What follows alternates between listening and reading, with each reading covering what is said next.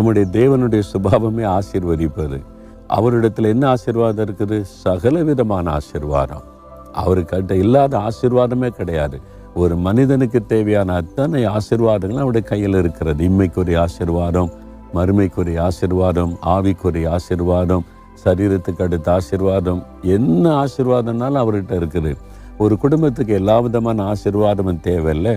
உங்கள் வீட்டுக்கு, நீங்கள் புதுசாக கட்டி இருக்கிற வீட்டுக்கு, நீங்கள் குடியிருக்கிற வீட்டுக்கு, அதுக்கு எப்படி ஜெபிக்கிறது? இந்த ஜெபம் தான். தேவரீர் உம்முடைய ஆசீர்வாதத்தினாலே உமது அடியாராகிய எங்களுடைய வீடு என்றைக்கும் ஆசீர்வதிக்கப்பட்டிருப்பதாக. நீங்கள் அப்படி ஜெபிச்ச ஆண்டவர் அந்த ஜெபத்தை கேட்பார். ஜெபத்தை கேட்டு என்ன பண்ணுவார்? உங்களுடைய குடும்பத்தை ஆசீர்வதிப்பார். நீங்கள் ஜெபிக்கணும்ல, நீங்கள் கேட்கணும்ல. இன்றைக்கி ஜெபிக்கிறீங்களா? ஆண்டவரே, என் குடும்பத்தில் நாங்கள் இவ்வளோ பேர் இருக்கிறோம், அப்பா, அம்மா, அண்ணன், தம்பி, தங்கச்சி, பிள்ளைகள், பேர பிள்ளைகள் எல்லாருக்குள்ள இந்த எங்கள் குடும்பம். உங்கள் வீடுன்னா அந்த குடும்பம். அந்த குடும்பத்தை ஆசீர்வதிக்க ஆண்டவர் விருப்பத்தோடு இருக்கிறார்.